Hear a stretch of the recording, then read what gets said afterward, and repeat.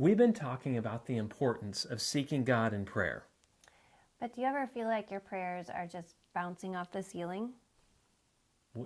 You think God's above the ceiling? It's a figure of speech, honey. But we're going to be talking about hearing God's will today on Love Ed with Julie and MJ. Do you think he's up there now? Do you think he can hear us? You know what I'm talking about. You know what? If he is up there, I gotta catch him. I'll be right back. You go do that. Do you ever have a hard time hearing from God, hearing his will for your life? Do you wish that, wouldn't it be nice if he would just write it on stone tablets, or you could hear it from an official prophet, or a text message? That would be awesome. Then that way you could know that you know that you know that you've heard from God. You won't believe this. That's He was nice. up there. I barely caught him. Mm. By the way, he says he hadn't heard from me in a while. And look what I got. Stone tablet. Yes, that is definitely stone. Why don't you put that over there with the other ones? All right. So what were you talking about? Just how nice it would be if God would reveal his will to us in very obvious ways, like those stone tablets or an official-looking prophet. You do look very official there. Yes. Thank you. Or, a cell phone call, something very tangible. Yeah, well, the Israelites are proof positive that doesn't work, because God did speak to them by writing on stone tablets and speaking directly through prophets that didn't just have white beards. I mean, Moses' face actually glowed from being in the presence of God, and yet God's people still didn't listen. Well, then maybe we need to do what the Israelites didn't do, which is to believe God, believe what he's already told us to do, and do that. For instance, 1 Thessalonians 4 tells us God's will. It starts out, and this is the will of God, to which every believer that wants to know God's will should be like, yes, this is the will of God, your sanctification, that each of you knows how to maintain his own vessel in sanctification and honor, not in lustful passion like the Gentiles who do not know God.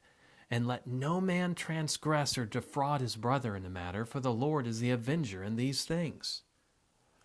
Well, that could start to sound like legalism. If we obey God, he will talk with us, and if we don't, he won't. Yeah, not at all.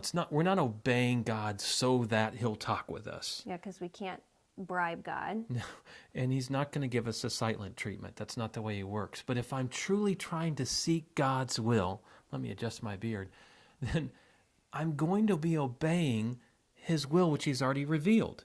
It reminds me of the story I heard of the couple that came in for premarital counseling, and midway through the session, the counselor realizes that this couple is already living together, which I mean sleeping together, which I mean to say not just like, well, we're tired or we're going to bed. You just say it, they were having sex. Okay, they were having sex.